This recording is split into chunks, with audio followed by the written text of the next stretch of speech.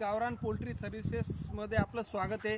तर पुन्हा आपण आलो एकदा पाचोऱ्यामध्ये। तर पाचोऱ्यामध्ये आपलं निर्मल इंग्लिश मीडियम स्कूलच्या पाठीमागे आपला एक शाखेचं काम चालू आहे या ठिकाणी।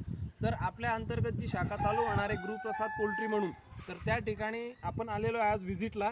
तर आपण बघूया की त्यांचं काम आणि पक्षी कसे कसे आहेत ते आपण बघूया आणि मग मित्राला आपण विचारू शेतकऱ्याला की काय काय तुम्हाला सर्व्हिसेसमध्ये आपण कसं कसं प्रोव्हाइड करतो, काय काय सल्ले असतात ते आपण विचारूया।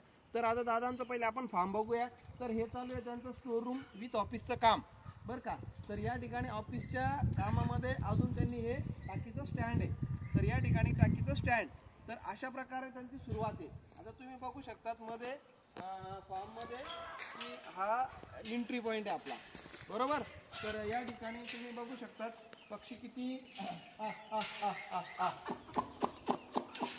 तर या ठिकाणी पक्षी तुम्ही बघू शकतात किती एकदम पक्षी एकदम ओरिजिनल गावरांमध्ये आहेत आणि हे आपण 100 पक्षी या ठिकाणी या शेतकऱ्याला दिलेला आहे। तर त्यांचं आता सुरुवात कशी आणि काय दादा, तुम्ही आता आपण पक्षी वाढवतोय हळूहळू टप्प्याटप्प्याने। तुम्ही हॅचरीज मशीन घेतलेलं आहे बरोबर।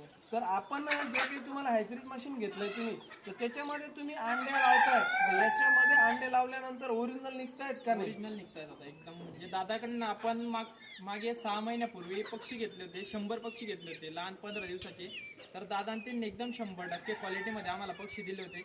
त्या 6 महिन्यानंतर ते पक्षी अंड्यावर चालू झाले। त्याच्यानंतर आम्ही लहान हॅचरी मशीन घेतलं होतं, आता 800 अंड्यांचं पण घेतलंय। त्यांच्या मदतीने आम्हाला एकदम खूप म्हणजे 100% गावरान आम्हाला पक्षी भेटलेला आहे। तर आपल्या अंतर्गत जे जे त्यांना दादांची इच्छा होती की दादा मी हॅचरी मशीन घेऊन हळूहळू मला 10,000 पक्ष्यांची क्वालिटी वाढवायची, तर क्वांटिटी वाढवण्यासाठी त्यांनी इतकं मोठं कन्स्ट्रक्शन केलंय। 40 बाय 120 हे पूर्ण पोल्ट्री फार्म केलेलं आहे। आणि तुम्ही बाजूलाच बघू शकतात की ओपन स्पेस साठी पण तिकडे पक्ष्यांना तयारी चालू आहे त्यांची।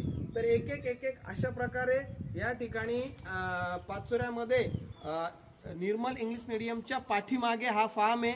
तर ज्याला कोणाला या ठिकाणी बघायचं असेल किंवा हे करायचं असेल, तुम्हाला माहिती वगैरे घ्यायची असेल, तर त्या ठिकाणी त्या शेतकऱ्याला आपण पूर्णपणे प्रोव्हाइड करणार आहे। तर आपण विचारतो दादांना पोल्ट्री सर्व्हिसेसमध्ये तुम्हाला कसं कसं काय काय आपण सर्व्हिस पोचवली।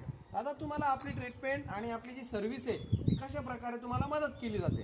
दादा म्हणजे मागच्या महिन्यामध्ये आमच्या शेडवर आजार आला होता।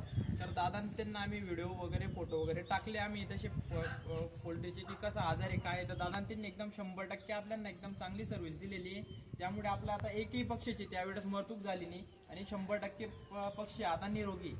ओके, अजून आपण पुढे हळूहळू टप्प्याटप्प्याने या शेतकऱ्याची वाटचाल वाढणार आहे आणि त्यांना आपण असंच मदत करून शेतकऱ्याला पक्षी विक्रीपासून तर खाद्य फीड जे जे काही काय लागणार आहे, तर या ठिकाणी आपण एक आपली शाखा तयार करणार आहे पाचोऱ्यामध्ये आणि या ठिकाणी आपण आपलं पुढील मार्गदर्शन त्या शेतकऱ्याला आपण करणार आहे।